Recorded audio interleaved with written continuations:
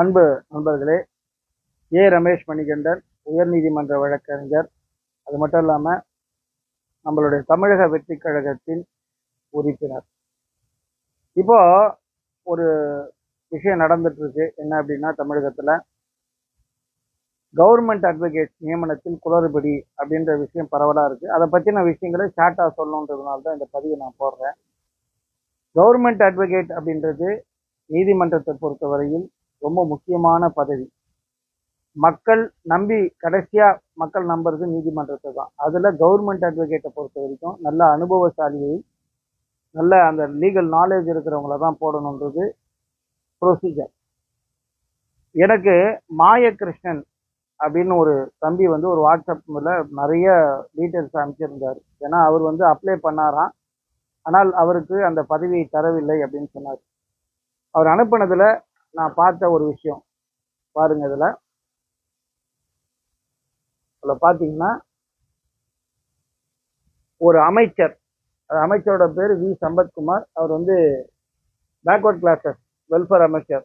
அவர் அப்புறம் MLA, Coimbatore north கான்ஸ்டியூஷன்ல எம்எல்ஏவா இருக்காரு. அவர் ஒரு ரெக்கமெண்டேஷன் லெட்டர் கொடுத்துருக்காரு அந்த தம்பியை நியமிக்க சொல்லி. ஆனாலும் அந்த தம்பியை கவர்மெண்ட் அட்வொகேட்டா நியமிக்கல, அது வேற விஷயம். இந்த மாதிரி ரெக்கமெண்டேஷன் லெட்டரை கொடுத்து கவர்மெண்ட் அட்வொகேட்டை நியமிக்கலாமான்னா அது சட்டப்படி தவறு. ஒன்று.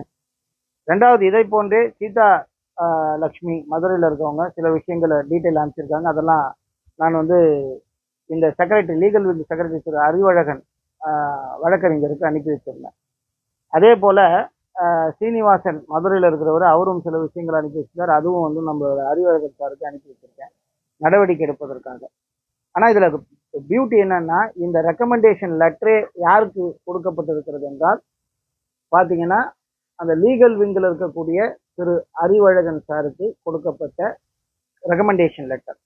ரெக்கமெண்டேஷன் லெட்டரை நிச்சயமாக பெறக்கூடாது. அந்த ரெக்கமெண்டேஷன் லெட்டரை வச்சு நீங்க வழக்கறிஞர்கள், அதாவது கவர்மெண்ட் வழக்கறிஞர்கள் நியமித்தால் அது நீதிமன்ற நடவடிக்கையை கேலி கூத்தாக்குவதை போன்ற ஒரு விஷயம். இத நம்மளுடைய முதலமைச்சருக்கு இந்த விஷயம்லாம் தெரியுமான்னு தெரியாது. நம்மளுடைய முதலமைச்சர் தெளிவா சட்டசபையிலும் சரி வெளியிலும் என்ன சொல்றாருன்னா, நான் தவறு செய்ய மாட்டேன், என் கூட இருக்கிறவங்களை தவறு செய்ய விட மாட்டேன், ஏற்கனவே தவறு செய்தவர்களையும் சட்ட ரீதியாக நடவடிக்கை எடுப்பேன்னு சொல்லியிருக்காரு. அதனால எனக்கு வந்த தகவலை எங்களுடைய கட்சியின் செக்ரட்டரி, லீகல் விங் செக்ரட்டரி திரு அறிவழகன் அவர்களுக்கு அனுப்பி வச்சேன். இது வரைக்கும் நடவடிக்கை இல்லை. பட் அவருக்கே ரெக்கமெண்டேஷன் லெட்டர் கொடுத்துருக்காங்க. யார் யாரை இந்த மாதிரி நியமிச்சாங்கன்னு தெரியல. ஆனால் ஒரே ஒரு விஷயம் என்னன்னா, நம்மளுடைய கவர்மெண்ட் அட்வொகேட் நியமனத்துல சரியாக நியமிக்கப்பட வேண்டும். லீகல் ப்ரொசீஜர் ஆஃப் லால பண்ணணும்.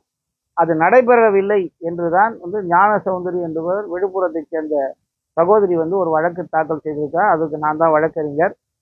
அதனால இந்த தருணத்தில் முதலமைச்சர்கிட்ட நான் வேண்டுகோள் விடுப்பது, அதாவது கட்சியின் உறுப்பினர் மட்டும் இல்ல, அதே போல வழக்கறிஞர் என்கின்ற விஷயத்திலையும் நான் முதலமைச்சரையும் சரி பொதுச் செயலாளரையும் கேட்டுக்கொள்வது என்னன்னா, தயவு செய்து இந்த வழக்கறிஞர் நியமனம் என்பது ரொம்ப முக்கியத்துவமானது.